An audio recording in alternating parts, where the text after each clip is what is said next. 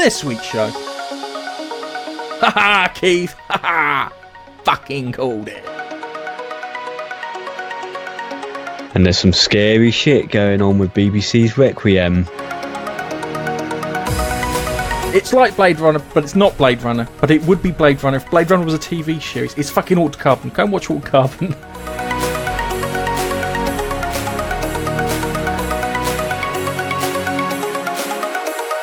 Hello, ladies and gentlemen, boys and girls, gamers, geezers, Klingons, survivors of a nuclear apocalypse, people who keep changing their bodies, super people who wear vibranium underpants, and FBI agents.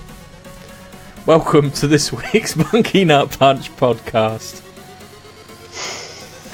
Say hello, Nigel. Hello, Nigel. And as you heard, we've got Nigel with me on the podcast. Suspiciously, someone's not with us on the podcast, and I've got a feeling it's got something to do with a bet that we had. Now, on not the previous podcast, but the podcast prior to that, myself and Keith had a bet about Star Trek Discovery. And we bet about the ending. And, actually, no. Let's play the clip.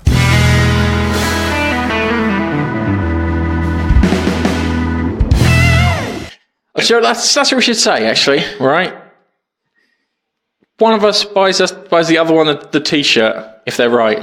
Yeah, all right. For the end episode, All right. if Giorgio, the evil Giorgio, does something which is against Starfleet rules, it has to meet these conditions first, yeah? Does something against rules to beat the Klingons, yeah? Then you can say fucking called it. But if Saru and the others stop her just before, if this episode points towards what she's doing is the correct thing, but it's not the correct Starfleet thing to do, and they stop her right at the end, and they do the correct stuff. I'll buy you the t-shirt. All right, fair enough. Nigel, you're the mediator here. Okay? I've got a feeling it's going to be neither way. We'll have to wait till the mid part of second season. It's a gentleman's bet here, okay? Yeah. It's a gentleman's you bet. guys are going to have to write down. I'm going to shake. Bet is because there's no way I'll remember. We've got a recording. Just listen back to the podcast. I'm going to shake my webcam. That's me shaking your hand. Okay, you can't shake yours because it's in. There you go. All right. Yeah, that's great. Visual things work so well on podcasts, Keith. You know that, don't you? Yeah. Well, I know. Yeah. But Nigel just said, "Oh, you'll have to write this down. We're recording this podcast, Nigel."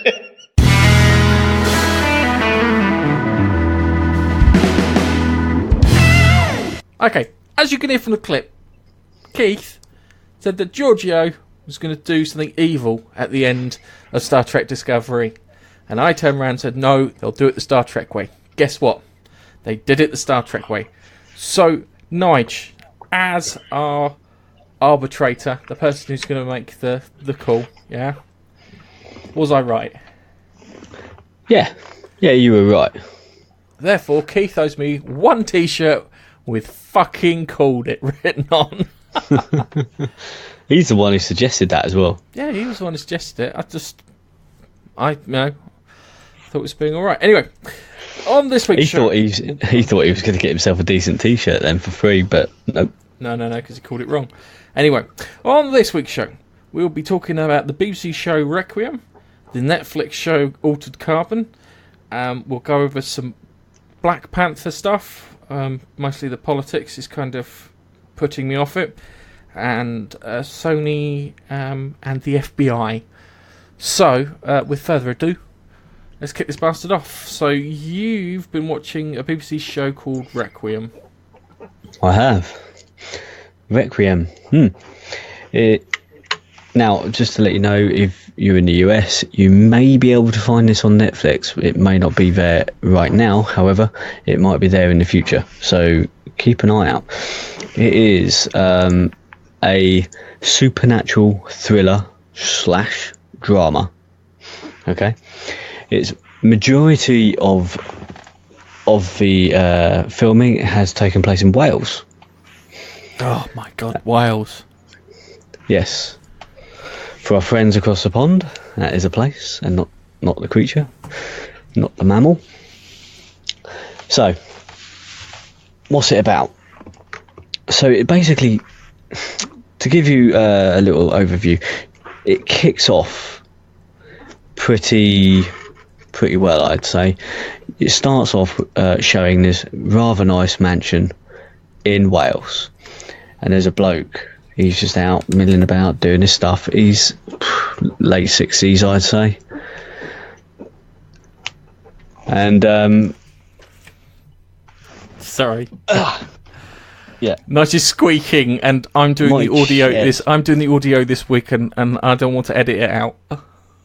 Yeah, my chair's rubbing against something. I don't know what. Okay.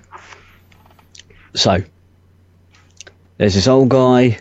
He's in his mansion. He's doing his stuff, milling about, and then suddenly something happens, and he starts running through his house. And he starts finding mirrors and starts smashing mirrors. And you see, as he's doing that, there's an eerie sort of context to this, as there's something in the mirror, but you don't know what. You can't see it. And so he's doing all that, and then suddenly something goes, and he snaps. And the next thing you see, there is a guy driving his Land Rover up the driveway. And driveways were quite large in these mansion houses, and he sees him from a distance stood on the roof. He just sees him standing on the roof, and he looks possessed. And you're going, what is up with this guy? And he gets out of his car and starts shouting to him, don't do that, what are you doing? What? He just looks up, dead eye, steps off, kills himself.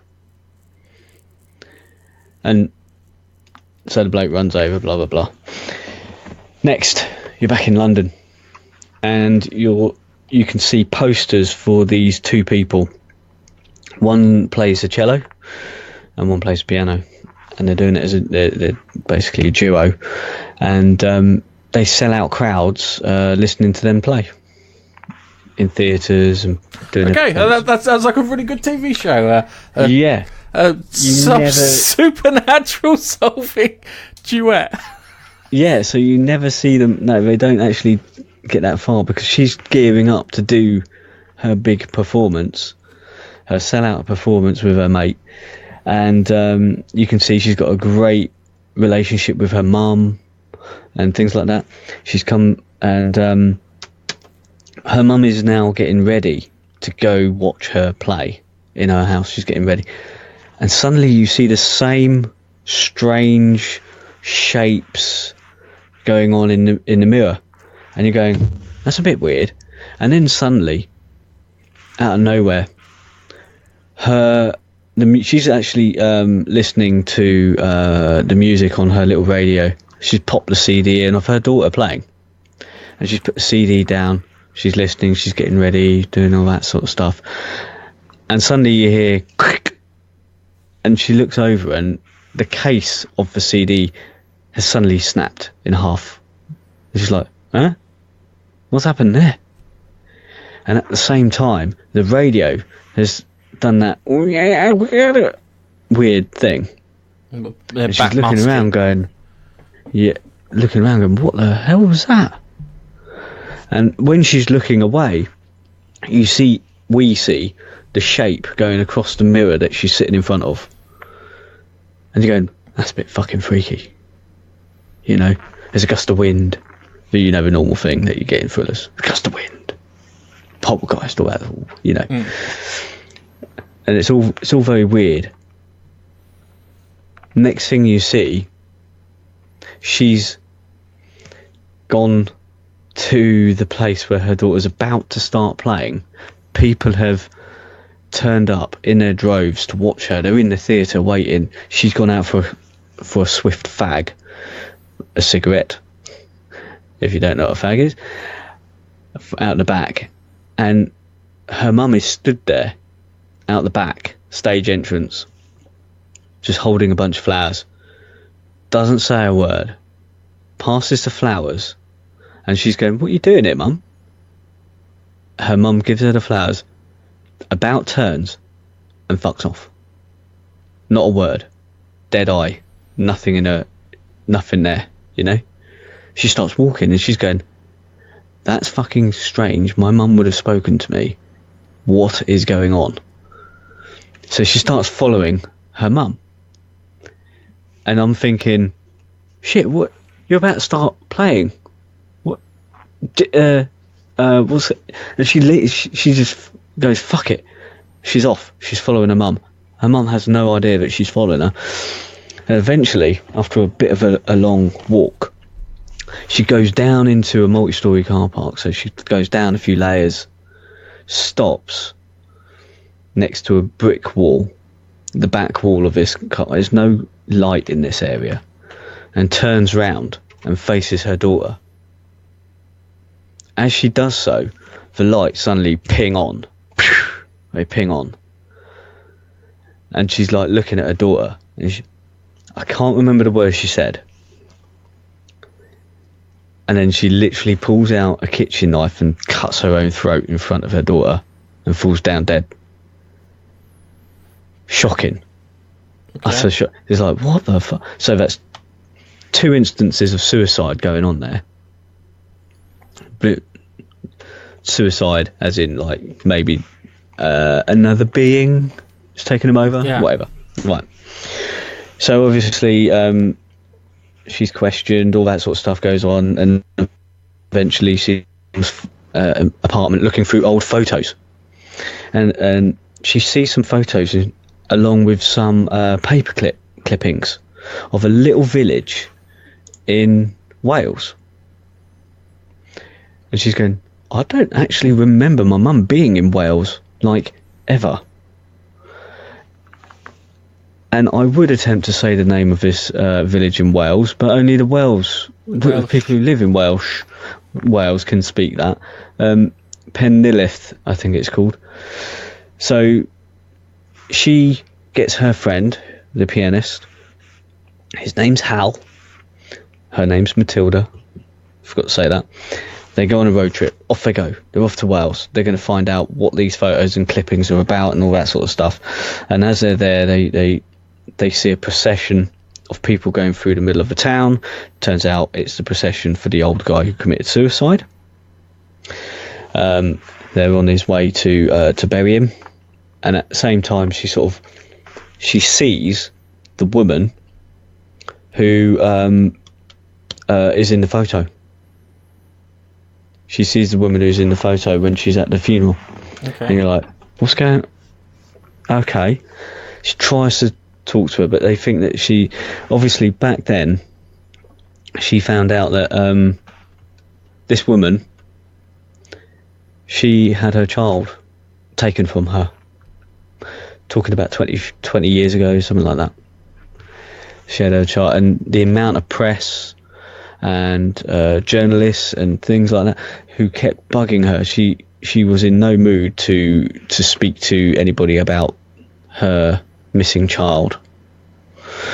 And she took her for somebody who is of the same ilk as these people, who wouldn't leave her alone and stuff, and it turned into a little bit of a scuffle with her husband and all that sort of stuff. And she goes back to a hotel to lick her wounds. Well, she's in the pub, and she sees the guy whose uncle had committed suicide. So he's actually come over from Australia to bury his uncle, because his uncle left everything to him in his will, because the uncle was basically old-fashioned, and he handed down on the male side of things rather than to either his son or daughter, and or to his sister, etc. So he's come over from Australia to inherit this land and everything that's on it, basically. And he sees him in the pub. This guy, he's around the same age as them, and he sees him in the pub, starts talking to him, asks him if they're all right, ends up saying, well, do you know what, I've got a massive house, it's only me, why don't you come back, and I've got about whatever amount of rooms, I've got about seven bedrooms spare, use one. And it starts going a bit weird when they're there, lights are flickering, shit's going on. And then you realise that Matilda, she seems to have this idea. She's like, I feel like I've been here before. And then it's not in the first episode, but in the second episode, you sort of see she actually probably has been here before, because she finds a cellar. It's hidden. It's under a lot of stuff, and she just runs. She goes, "Oh my god! I've just had a thought. I think I've just remembered something." She goes running off, bang, straight to the place. She goes, "It should be here." Pulls away a table, pulls away a rug, and opens up a cellar door. Goes downstairs, finds a hidden room with tape recordings and old record books and stuff like that strewn around the room. Really, really odd. Okay. And all the while this is going on, while she's at this house, she gets the feeling that somebody's watching her from the edge of the property. Okay. And just outside the garden wall, someone's watching her. So, yeah, that's a bit odd.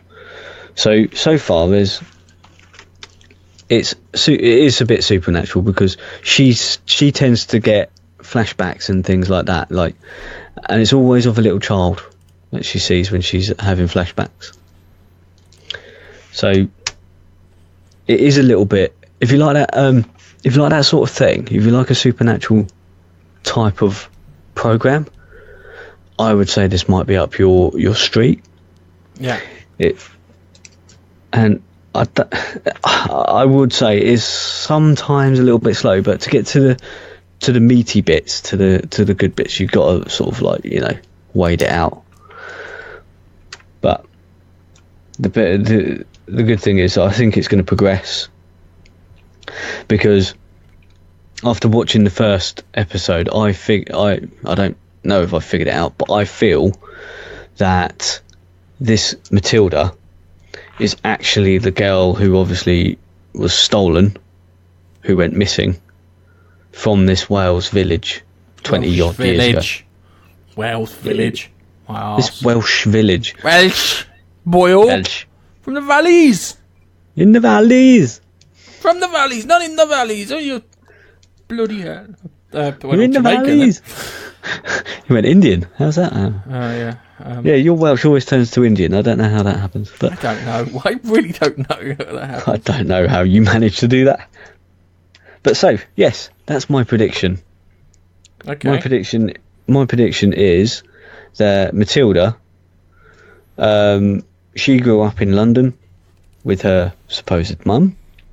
Her mum actually stole her from the village. Don't know why, but I feel that happened. And actually, her real name is Carey's. Mm. And Carey's is the child's name who was stolen from the village. And so she'll attempt to find out if she really is this woman's daughter. Okay. I just don't know why. If she feels that strongly, why she can't just get a DNA test? All right. Easy enough done, isn't it? But hey, that's my prediction for that. I've only seen 2 episodes so far. A third has been aired a couple of days ago. Yeah. So I'm hoping to watch that. Not entirely sure how many episodes there'll be, but it's a BBC, so it won't be too many, I don't think. Could be about 8. Okay. Usually what there is, isn't there? Yeah. Yeah, it's about 8. Okay. I might give it a watch. Yeah. Don't know. I haven't finished fucking Hard Sun yet, so depends how well. Still need to watch that. It depends how well the supernatural bits are done. Because the stuff you told me at the start with the guy jumping off the building and the woman slashing her throat is pretty typical supernatural suicide horror sort of thing. Yeah. It sometimes it takes a little bit of imagination. Like, you have ones, I've seen a few ones where people throw themselves into things like printing presses. All right. And you see the print, and it's great because the cinematographer gets the printing press and it makes it look like it's this giant fucking Jaws of Doom. You're sitting there, God, I hope no one fucking falls in that. Then it cuts to possessed person, and then all of a sudden they're walking towards it, and they always do, the best thing they do is they have them back towards it, and then someone goes, no, stop, and then they wake up and they go, what's going on? And then it's like, ah! Into the Jaws of Doom. Yeah. And I kind of like that. It's just a level of, how can I put it? Irony. I hope to God no one falls in this sausage press. Oh God, he got away with that, didn't he? Oops. Yeah, and then someone else falls in who you're not paying attention to. I'm not too sure because I've seen a lot of those ones, and you have to put a level of kind of creativity into it. Yeah. I'm going to talk about Altered Carbon. Now, Altered Carbon is the closest that I think you'll get to a Blade Runner TV show. You haven't watched Blade Runner, have you? I can't remember it. Okay. Honestly can't. Okay, alright. You need to watch Blade Runner, is the first thing. Not the new one, the original one. And if you watch the new one too, you can watch the new one as well. Whenever I think of Blade Runner, I always immediately picture Tron, and it's not right. No, it's not, but it's no. roughly the same era, so... Unless you're thinking of the new Tron, then you're way out. No, the old Tron. Okay. Alright, so the idea, the whole thing of this Altered Carbon is that humans have gone out to space and they came across, I think it's a dead alien civilization. And in that dead alien civilization, they had these materials which you could back up your personality to. Alright, so what you could do is you could get yourself chipped with this little chip that you put behind your head, and it would back up your personality. So if you died, you could pull that chip out and pop it into a new body, and you'd be, awake and whatnot.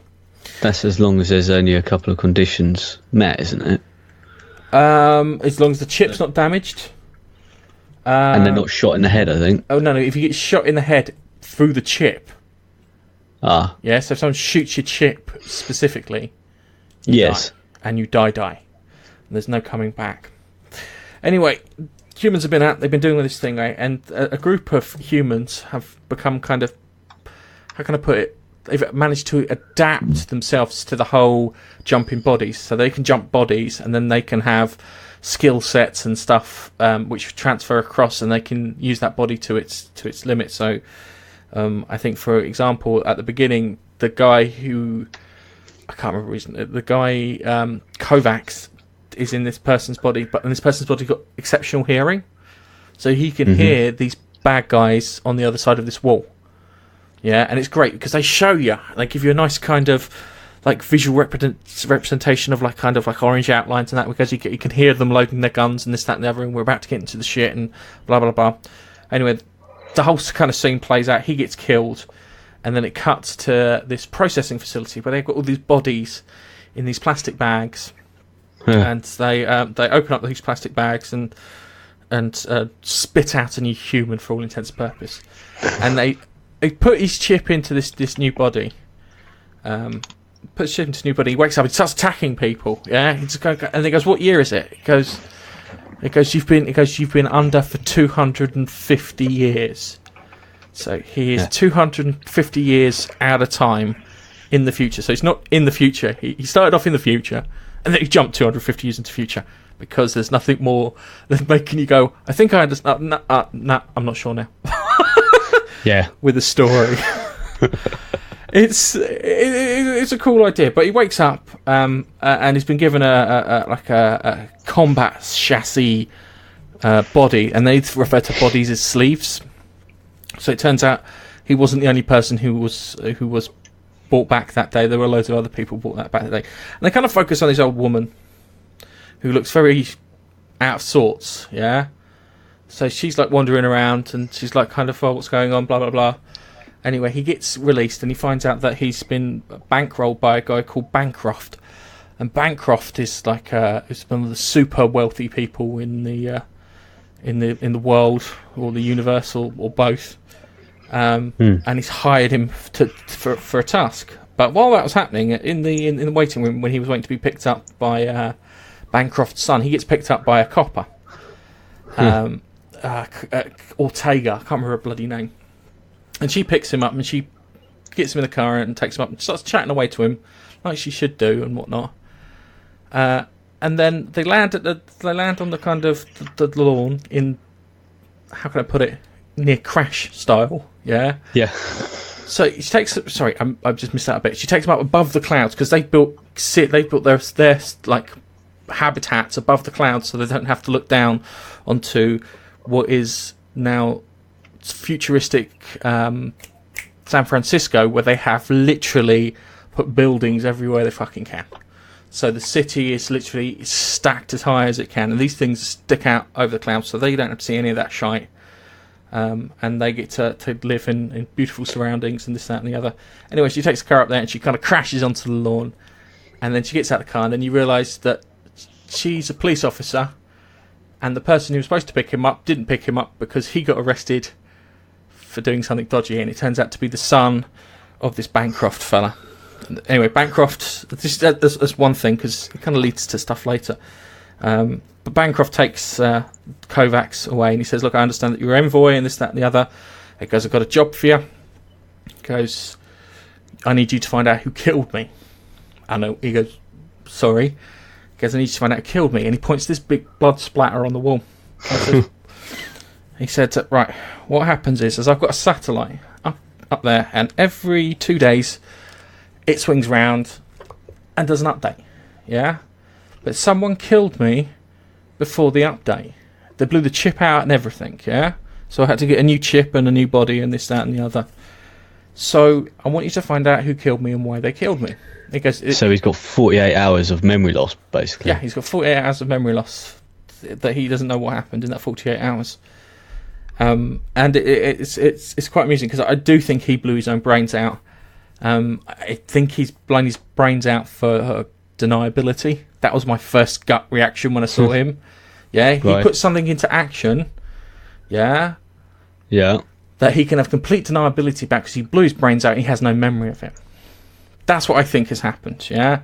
I'm hoping that when I finish watching it, it plays out the way I think it is. Anyway, the Kovacs guy turns around and goes, I'm not fucking interested. I hate people like you. And he turns around and goes, look, I'll give you a day. Yeah. Go down. Get yourself some room, have some entertainment, this, that, and the other. Goes, put it on my tab. Go enjoy yourself, and then after you've enjoyed yourself, come back to me and tell me that you don't want to take this case. Yeah. Anyway, he goes around. He looks for places. He buys a pink unicorn bag full of drugs, which he then proceeds to take through his eyeballs, and then plugs in a chip so he can see what's on the local net. Unfortunately, what's on the local net is just full of fucking pop-ups and garbage. To which the copper turns up and puts a pop-up blocker for all intents and purposes and sticks it on his neck. He then finds a hotel run by an AI called Poe, after Alan Edgar Poe. And it's called The Raven, if you know the story about the Raven knocking on the window. Never know more? Okay, fair enough, must be me. He books himself into this hotel room. Anyway, he books himself to this hotel room, yeah? And the AI is like, all you have to do, just press the button to verify it's you. And he goes, okay, fair enough. Just before that happens, these people burst in, turn around and call him a guy called Riker, who he's never fucking met. Turns and goes, what are you fucking up to? And he's like, I have no idea who you people are. Like that. Anyway, they start beating the shit out of him. They drag him out into the middle of the room. And the AI is going, all you have to do, sir, to have the full complimentary suite, including protection, push your finger on this thing here, like that. And he's like, okay. And he manages to drag himself over to it and puts his thumb down. And then like a set of fucking Gatling guns descend from the ceiling and shred all the fucking bad guys in the room. He turns around and goes, it's like kind of, okay, thank you very much. The AI's, it's funny because in this world, AI hotels, how can I put it, are deemed crap because the AIs get a bit too clingy with their patrons. and it's always like kind of like having a psycho ex-girlfriend for all intents and purposes. So Yeah. he hasn't had a visitor to his hotel in 50 years. How's it running? I don't know. That's the bit maybe he sells other stuff or does deals in cryptocurrency behind the scenes. Bitcoin. Yeah, he could be mining Bitcoin. Through Bitcoin. He's been mining Bitcoin. He's an AI. He could be doing that stuff. But I watched that, and that kind of intrigued me. And then it kind of goes through some bits. He makes some friends and stuff. He finds an ex-military guy. He then goes on to try and find out what's going on. He investigates his son and this, that, and the other. And it's got a real Blade Runner feeling to it. And it's as close to a Blade Runner TV series that you're going to get. So if you like Blade Runner and you wanted a TV show, you can get that. The downside is that the person who plays Kovacs, the body or sleeve it's in, is played by a guy called Joe Kinnaman, who was in the terrible, terrible fucking RoboCop reboot. Was he? Yes, he's a guy who insisted showing his face. And it was like kind of... Peter Weller didn't need to show his fucking face, yeah? So I don't know what's going on there. But that aside, I really enjoyed it. And it's a bit... The first one's got a few naughty bits in it. And then after that, it just turns into Bancroft's wife, who never wears a bra and wears white see-through tops. So you can't help but just stare at her nipples poking out over this, which is like, it's okay, but it's just gets a bit much. It's a distraction, an unnecessary distraction for me trying to figure out what the fuck's going on. So yeah, I liked Altered Carbon. I'm not gonna judge it until I finish off the series. And when I do finish off the series, I'll give a rating and whatnot. And we will put it on our IMDb list, because we have an IMDb list of recommended TV shows, which I'll put the link for in the description for the podcast. And what we'll do is every time we rate a film or a TV show, we'll add it onto that. And the password is a really incoherent password that you'll never remember, Nige, so I'll have to send it to you. Anyway, Altered Carbon looked fantastic, which I really enjoyed. Now, Black Panther's come out in the cinema, and I'm after my, how can I put it, my little fucking hissy fit over Star Wars and how I don't want fucking politics in my entertainment. I don't want it at all. Black Panther's just turned into a political fucking mess. The film itself looks okay. From what I've gathered from the reviews, the guy who plays T'Challa does come across as boring, as I was expecting, and Michael B. Jordan comes across as a really good villain, which would be a perfect antidote to most of the Marvel films and problems that they've had recently with the storytelling, that is. But it's turned into this horrible shit show of progressive people just showing off how progressive they are for the sake of it and not actually bothering with the story.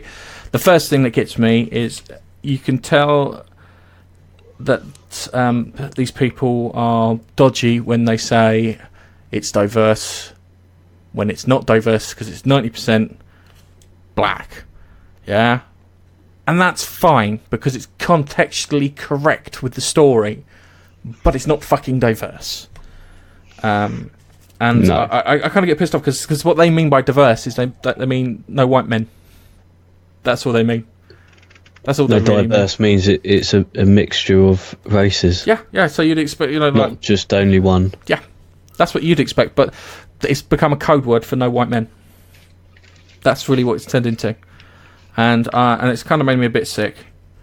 And I don't want politics in my entertainment, and that's kind of made me go, do I go and see it? And part of me is like really wants to see it because it'll have stuff related to the Infinity War stuff towards the end. Plus, it's a Marvel story, and I haven't missed a Marvel one. Yeah, and I'm just in two minds because if this is the future of cinema, that everything becomes political, I'm never going to the cinema again. I just want to watch films. I don't care. I just want to watch a film. I want you to tell me a good story. Yeah, and that's it. And I'm just worried that this is Black Panther had 100% Rotten Tomatoes scoring from the critics because they didn't allow any negative coverage. Not because it was good, because it wouldn't allow any negative coverage. Some poor guy for the Irish, I think it's the Irish Independent or the Irish Mail or something, wrote, his review was, it's okay, but Black Panther doesn't fight enough bad guys for it to be considered a good Marvel film, which is a fair criticism. He got fucking lambasted for saying it wasn't great. Why? Because these people are falling in like lockstep with each other, and if you don't have the same opinion and the same political views, something is wrong. And it scares me because it's like dealing with the fucking Borg from Star Trek, you know? That's what they do. They go around and they fucking assimilated Star Wars. Now Star Wars is this horrible, bastardized, zombie technological creature thing, which is just going to be the same as every other pile of shite.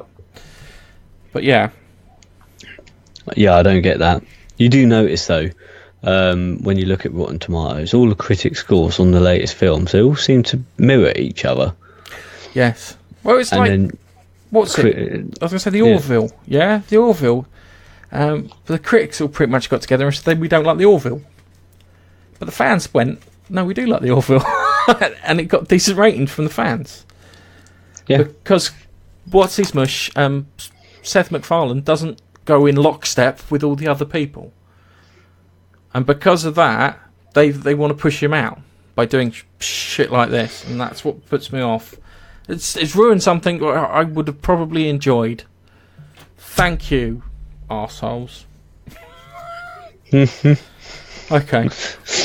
Yeah, I'm in two minds whether to go watch it. I haven't considered it much. I am a little I'm a little worried that the T'Challa character is going to be fucking dull. But then again, from all the reviews of it, the people who turned around and said he was dull turned around and said, but everyone else makes up for him. They said that he's dull and Martin Freeman is dull. But everyone else, the Michonne character is quite interesting. The sister's apparently really annoying. Forrest Whitaker, the bad guy, apparently is really good. Ulysses Claw, Andy Serkis, is really good in it too. So yeah, I don't know about that. I'm not sure if I'll go see it. It's unlikely, let's be honest. I may wait for it to come out on DVD, or if it's out on TV, Netflix even. Yeah, I'll watch it then. It's not one which I've sat there and gone, yeah, I really would like to see a film about this guy. I'll be honest with you. Originally, I put this down as a film more likely to be made than the Cyborg film from DC, because DC are just fucking terrible. So yeah. Oh, and that was the other thing too. There was a thing about the whole downvoting stuff, and they tried to make out it was racist and alt-right people. Turns out it was DC fucking fanboys, because they didn't like the fucking Marvel stuff. So they were getting together downvoting Marvel films. And it's like, I believe that. I genuinely believe that, because that's the kind of petty shit that they do. It's exactly the type of petty shit that Xbox and PS4 owners do to each other. Used to do to each other. I don't think they do it. They don't do it anymore. I miss those days. I think they do. No, I haven't seen it. I genuinely haven't seen it. There's still massive arguments all the time when there's a PS4 advert. Xbox fanboys will go on and they'll fucking lambast it. Yeah, but it always goes like this when it comes to Xbox and PlayStation. It turns around and they go, "What exclusives you got on the Xbox?" Four fucking exclusives. And then their response is always, at least we can play ours native 4K. So, I haven't got 4K on our TV. Xbox X. It's like, what? Yeah, okay. Who cares? I don't care. It doesn't matter. PC gamers just laugh at the whole fucking thing when they've got PC rigs to the valuation of a small family car. Buy a small family car or upgrade your PC with Titan. That was the other thing too. Nvidia bought out some really super expensive graphics cards They were like Okay. the new version of the Titan graphics cards. I can't remember what they're called, yeah? And it was like, they were like 13 to 30 grand for these cards. What? Yeah, it was something ridiculous. Don't quote me on the price, yeah? But it was something ridiculous. And guess what? All the cards they made sold the fuck out. Someone bought them somewhere. I don't believe it was Linus Tech Tips or Digital Foundry that bought them all. It's not the P6000, is it? Oh, I don't know. Quandro P6000? I don't know. It was... That's £5,000. No, it was more than that. It was more than that. I'm sure it was more than that. I'm sure it was the price of, you know, a new car. Not a good new car, but a new car. You can buy a £5,000 car. Decent car, then. Yeah. A car with more than 1 litre engine. Yeah. Yeah. So, yeah. Sony, talking of fanboys and stuff, Sony have shared some data with the FBI, but they actually released what they shared with the FBI and why they shared it with the FBI. There was a user in Kansas who was planning on going out to the Middle East to fight on behalf of ISIS. Right.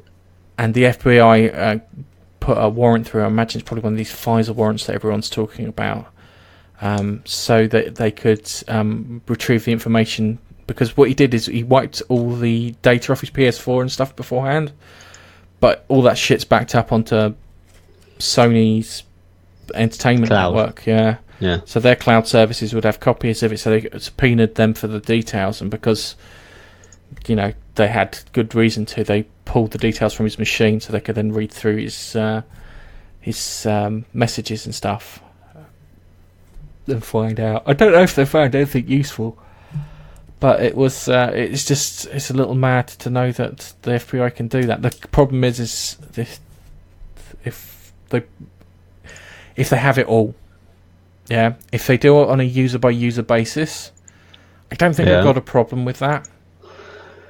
No, because I think if they are doing that to a user, then there's usually a good reason for it. Yeah. But if it's on a user by user basis, I think it's fair.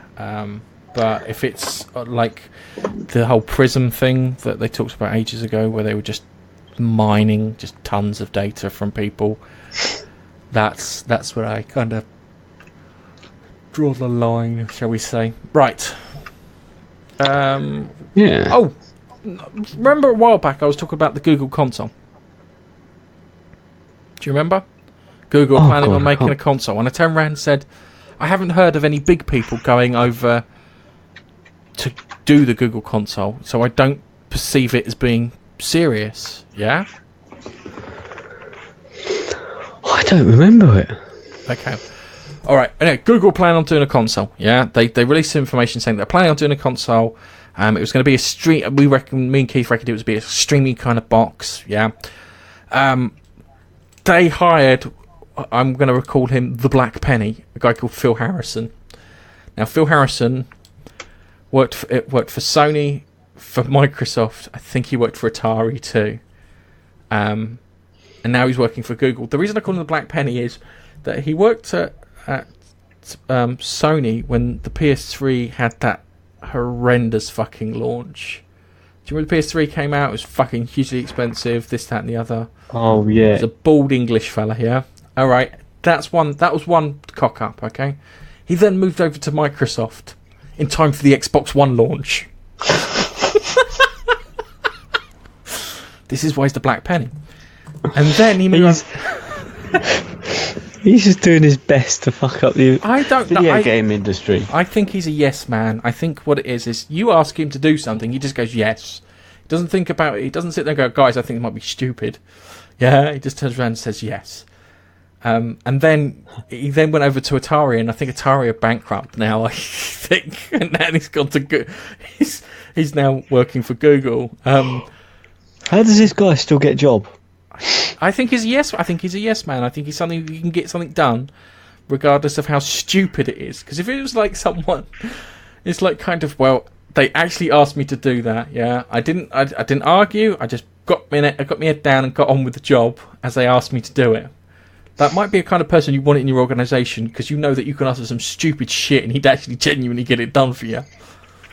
I want the next iteration of PlayStation to all have Moondust, powered by Moondust in it. Can you arrange that for me, Phil? And you go, yeah, sure, I'll sort that out. Yeah, no worries.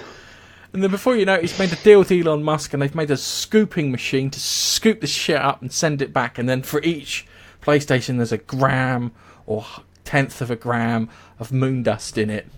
So we can say just because. Yeah, and he'd do it. That's what I think. That's the reason I think people hire him.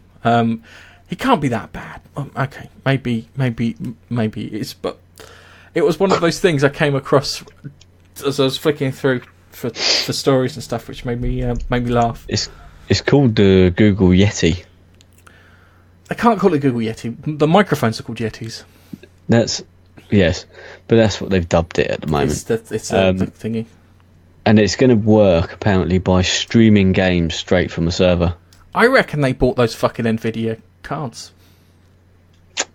Do you think that's what they did? I think they fucking bought those cards. Streaming games don't work. I'll be honest, streaming games don't work. I've tried the PlayStation Now, and I've got 100 megs down. So 100 meg download, that's more than enough for the streaming part of it, and it just doesn't. There is a noticeable. It's like a quarter of a second delay. It's a quarter of a second, and it's just not fast enough as far as I'm concerned. Well, no, that will give you a bit of input lag on your controller and stuff like that. So what you're doing is a little bit behind, and I think that Xbox got it right when they turned around and went, for our games on demand service, you just download the fucking game and have it on the console. It's limited by the amount of space you've got on your console. Because no lag, none of that shite. And I think that's probably how Sony should go. But hey ho, we will get to that time that we'll have games that are streamed. But not now, not until the internet. Yeah, you had the Nvidia Shield, didn't you? Yeah, that's what the Switch is. Not the Switch. Well, is it Nvidia Shield? Although Yeah, the Nvidia Shield Shield with the Tegra processor and stuff in it. Nvidia Shield was just a streaming machine. Yeah. Yeah. Oh, maybe I'm thinking of something else. That didn't do too great, did it? No. But as I said, they sold the tech to Nintendo, and Nintendo made a fortune out of that. So, but yeah, it's good luck with Phil Harrison.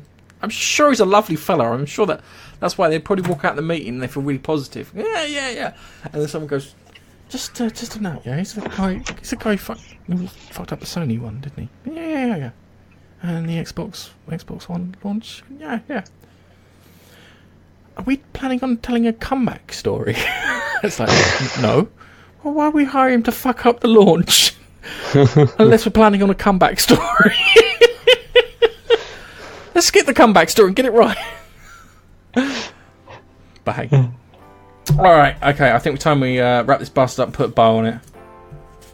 So, Nige, anything you want to say? No. No, there's nothing else. Oh, hang on, you're gone. Yeah. If you're joining us for the first time on this podcast, thank you very much. We hope you liked it. Join us for the next one. Yes. Good to have you here. Yes, good to have you here. Yeah, I'm talking to you. Yeah, you.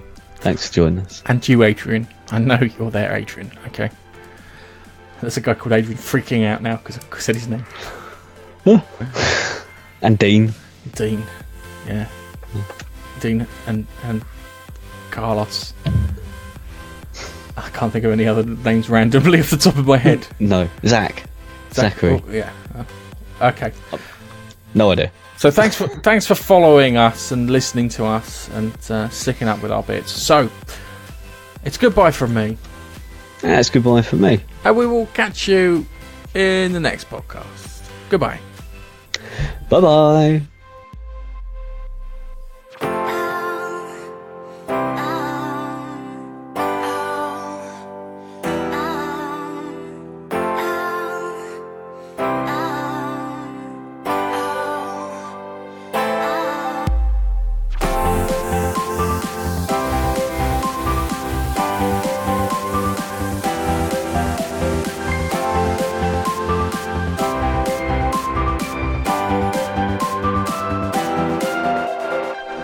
for downloading the Monkey Nut Punch podcast.